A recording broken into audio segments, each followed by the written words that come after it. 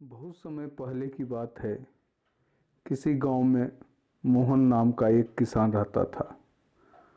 वह बड़ा मेहनती और ईमानदार था। अपने अच्छे व्यवहार के कारण दूर दूर तक उसे लोग जानते थे और उसकी प्रशंसा करते थे। पर एक दिन जब देर शाम वह खेतों से काम कर लौट रहा था, तभी दोस्तों में उसने कुछ लोगों को बातें करते हुए सुना। वे उसी के बारे में बात कर रहे थे। मोहन अपनी प्रशंसा सुनने के लिए उन्हें बिना बताए धीरे धीरे उसके पीछे चलने लगा। पर उसने उसकी बात सुनी तो पाया कि वे उसकी बुराई कर रहे थे। कोई कह रहा था कि मोहन घमंडी है, तो कोई कह रहा था कि सब जानते हैं वो अच्छा होने का दिखावा करता है। मोहन ने इससे पहले सिर्फ अपनी प्रशंसा सुनी थी। इस घटना का उसके दिमाग पर बहुत बुरा असर पड़ा और अब वह जब भी कुछ लोगों को बातें करते देखता तो उसे लगता कि उसकी बुराई कर रहे हैं। यहाँ तक कि अगर कोई उसकी तारीफ करता तो भी उसे लगता कि उसका मजाक उड़ाया जा रहा है।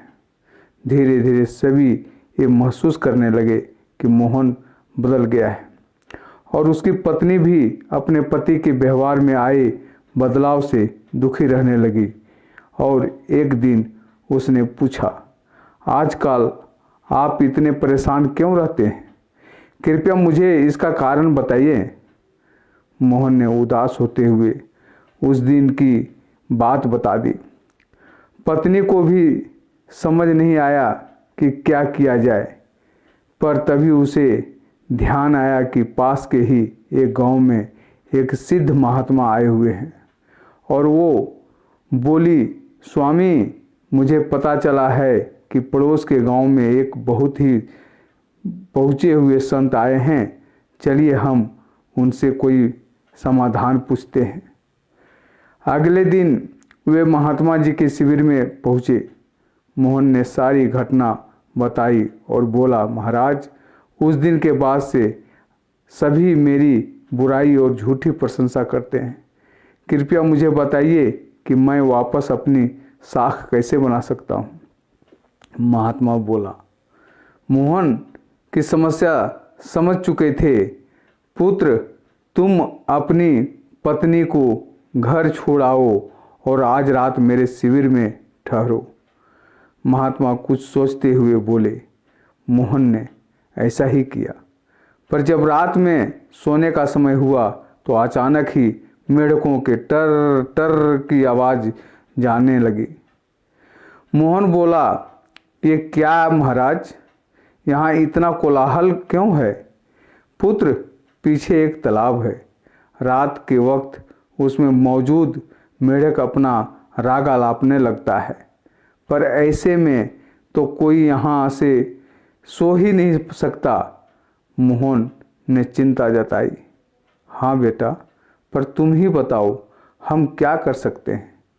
हो सके तो तुम हमारी मदद करो। महात्मा जी बोले। मोहन बोला, ठीक है महाराज, इतना शोर सुन के लगता है इन मेढकों की संख्या हजारों में होगी। मैं कल ही गांव से 50-60 मजदूर को लेकर आता हूँ और इन्हें पकड़कर दूर नदी में छोड़ आता हूँ। और अगले दिन मोहन सुबह सुबह मजदूरों के साथ वहाँ पहुँचा। महात्मा जी भी वहीं खड़े सब कुछ देख रहे थे। तालाब ज़्यादा बड़ा नहीं था। 8-10 मजदूर ने चारों ओर से जाल डाला और मेढक को पकड़ने लगे। थोड़ी देर की ही मेहनत में सारे मेढक पकड़ लिए गए। जब मोहन ने देखा कि कुल मिलाकर 40-50 ही मेढक पकड़े गए हैं, तब उसने महात्मा जी से पूछा, महाराज, कल रात तो इसमें हजारों मेढक थे, भला आज वे सब कहाँ चले गए? यहाँ तो बस मुट्ठी भर मेढक ही बचे हैं। महात्मा जी गंभीर होते हुए बोले, कोई मेढक कहीं नहीं गया। तुमने कल इन्हीं मेढकों की आवाज़ सुनी थी। ये मुट्ठी भर मेढक ही इतना शोर कर रहे थे कि तुम्हें लगा हजारों मेढक टर टर कर रहे हैं। पुत्र, इसी प्रकार जब तुमने कुछ लोगों को अपनी बुराई करते सुना तो तुम भी यही गलती कर बैठे। तुम्हें लगा कि हर कोई तुम्हारी बुराई करता है, पर सच्चाई ये है कि बुराई करने वाले लोग मुट्ठी भर मेढक के समान ही होते हैं। इसलिए अगली बार किसी को अपनी बुराई करते सुनना तो इतना याद रखना कि हो सकता है ये कुछ ही लोग हों जो ऐसा कर रहे हों। और इस बात को भी समझना कि भले तुम कितनों ही अच्छे क्यों न कर लो, ऐसा कुछ लोग होंगे ही जो तुम्हारी बुराई करेंगे।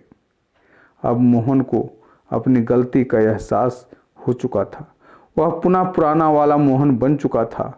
मोहन की तरह हमें भी कुछ लोगों के व्यवहार को हर किसी के व्यवहार नहीं समझ लेना चाहिए और हमें सकारात्मक सोच से अपनी ज़िंदगी जीनी चाहिए। हम कुछ भी कर लें, हमें अपने जीवन में कभी न कभी ऐसी समस्या आ ही जाती है जो रात के अंधेरे में ऐसी लगती है मानो हजारों मेढक कान में टर टर कर रहे हों। पर जब दिन के उजाले में हम उसका समाधान करने का प्रयास करते हैं तो वही समस्या छोटी लगने लगती है। इसलिए हमें ऐसी समाधान खोजना चाहिए और ऐसे ही समस्या से घबराने की बजाय उसका समाधान खोजने का प्रयास करना चाहिए और कभी भी मुट्ठी भर मेढकों से घबराना नहीं चाहिए। धन्यवाद साथियों। अगर आपको ये कहानी अच्छी लगी तो निश्चित तौर पर आप हमारे चैनल को सब्सक्राइब करें, लाइक करें।